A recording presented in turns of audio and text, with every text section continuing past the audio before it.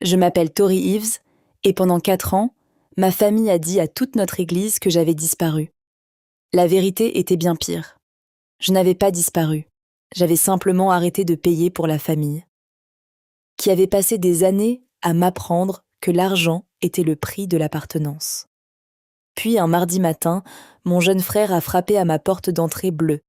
Quand il a vu ma fille de 3 ans debout, derrière moi, son visage est devenu complètement blanc. Il la regarda fixement, puis à la photo de l'homme sur le mur de mon couloir et a chuchoté dans son téléphone « Maman, tu dois voir ça ». Elle ne nous l'a jamais dit. 4 ans plus tôt, je vivais à Dayton, Ohio, où je travaillais comme infirmière en soins intensifs. J'étais la première personne de ma famille à obtenir son diplôme universitaire et ma mère me rappelait constamment que c'était moi qui m'en étais sortie. Après l'obtention de mon diplôme, elle m'a donné une enveloppe et m'a demandé de l'aider avec l'hypothèque familiale. Je pensais que c'était une faveur unique. Ça ne l'était pas. Bientôt, il y eut une autre enveloppe, puis une autre, une fournaise yassée, le camion de mon père, un toit endommagé, la voiture de mon jeune frère. Chaque mois, j'envoyais de l'argent à la maison, généralement environ 400, parfois plus.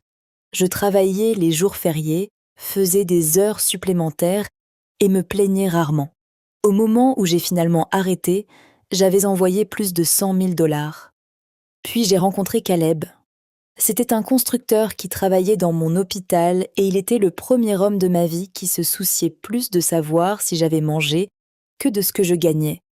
Il a préparé mes déjeuners, m'a attendu après les quarts de nuit et a finalement proposé avec une clé en laiton une petite maison qu'il voulait que nous rénovions ensemble. Il a dit oui. Ma mère a immédiatement demandé combien il gagnait. Cela aurait dû être mon avertissement. Je l'ai ignoré, puis Caleb est mort. Il n'avait que 31 ans lorsqu'un accident de construction lui a coûté la vie.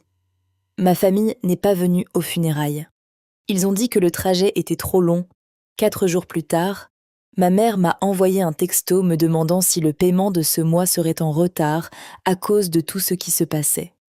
J'ai envoyé l'argent de toute façon. 2 semaines plus tard, je me suis évanouie au travail.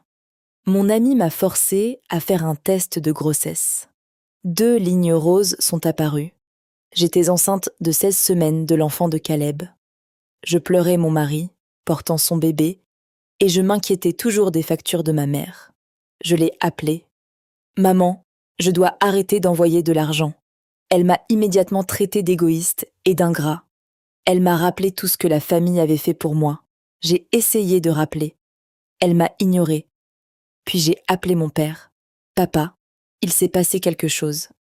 J'ai besoin de toi. » Sa réponse fut silencieuse. « Ne dérange pas ta mère. » C'était le moment où quelque chose en moi s'est finalement brisé. J'ai arrêté d'appeler et ma mère a commencé à dire aux gens que j'avais disparu. Elle n'a jamais eu à dire un mensonge évident. Elle a simplement pleuré à l'église et a dit qu'elle ne savait pas où j'étais. Bientôt, les gens ont commencé à chuchoter. Certains pensaient que j'avais un problème de drogue. D'autres pensaient que j'avais un petit ami contrôlant. Personne ne savait. J'étais à 7 heures de route, enceinte, en deuil, travaillant et essayant de survivre. J'ai acheté une petite maison à Asheville et j'ai peint la porte d'entrée en bleu. Ma fille Marin est née 3 semaines plus tôt. Elle avait les cheveux noirs de Caleb et sa personnalité têtue pendant 4 ans. Nous vivions tranquillement. J'ai travaillé, j'ai élevé Marin, j'ai fait des crêpes aux dinosaures. Chaque mois de décembre, j'envoyais à ma grand-mère June une carte de Noël avec la photo de Marin. Puis grand-mère June est tombée gravement malade. À 82 ans, elle a finalement confronté ma mère. Elle a dit qu'elle n'avait jamais cru que j'avais disparu. Elle croyait que j'avais été effacée. Ma mère a paniqué. Elle voulait que je revienne, mais pas en privé. Elle voulait une réunion publique. Elle a organisé un dimanche de retour à la maison à l'église First Grace et a invité tous ceux qui avaient passé 4 ans. Croyant sa version, mon frère Danny a reçu mon adresse. Il a conduit 7 heures et cela nous ramène à ma porte bleue. Quand Danny a vu Marin, il s'est figé. Puis, il a vu la photo de Caleb. Il a vu l'échographie. Il a finalement compris tout ce que notre mère avait caché. Il s'est assis sur mon porche et a pleuré. Comment est-il mort, Tori? Je lui ai raconté toute l'histoire. Avant de partir, il m'a remis une invitation à l'église. Ma mère voulait que j'y sois. Elle voulait se tenir aux côtés de sa fille perdue et transformer 4 années de mensonges en une belle histoire sur le pardon. J'ai failli refuser.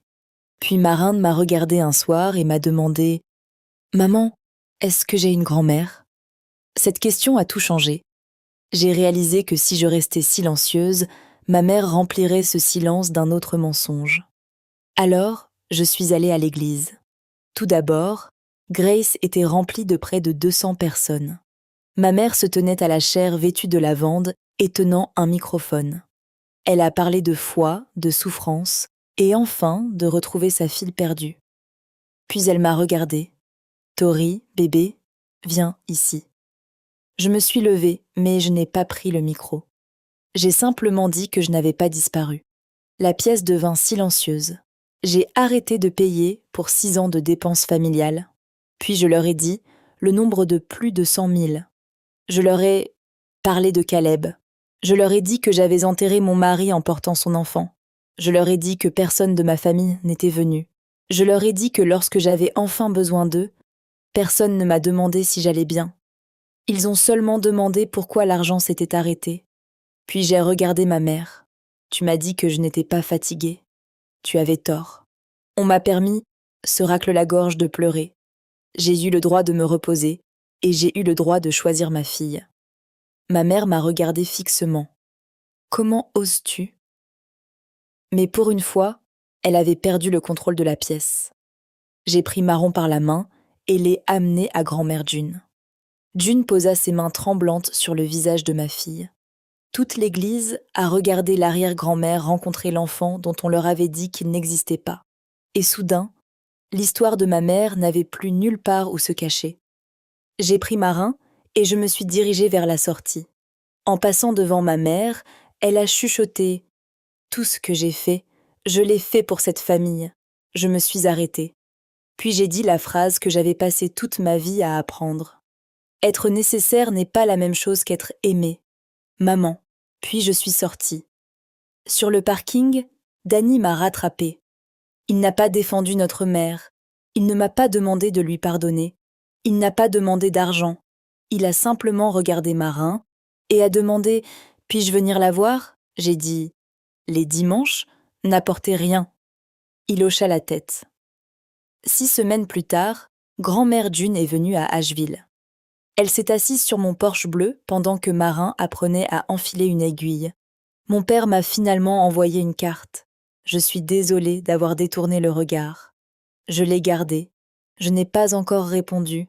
Ma mère a finalement démissionné de son poste à l'église. Certains parents ont tranquillement commencé à rembourser d'anciennes dettes. D'autres ont disparu de ma vie. Et pour la première fois, j'étais d'accord avec le fait de perdre des gens parce que j'ai enfin compris quelque chose. L'amour ne devrait jamais ressembler à une facture. La famille ne devrait jamais vous faire payer votre place à table. Hier, Marin et moi avons repeint notre porte bleue. Elle a mis de la peinture sur son nez et ses vêtements, puis s'est reculée et a souri. « Maman, c'est à nous. » J'ai regardé cette porte et j'ai souri. Elle avait raison. C'était à nous. Pendant 4 ans, ma famille a dit à tout le monde que j'avais disparu. Mais je connais la vérité maintenant. Je n'ai pas disparu. Je me suis choisie moi-même.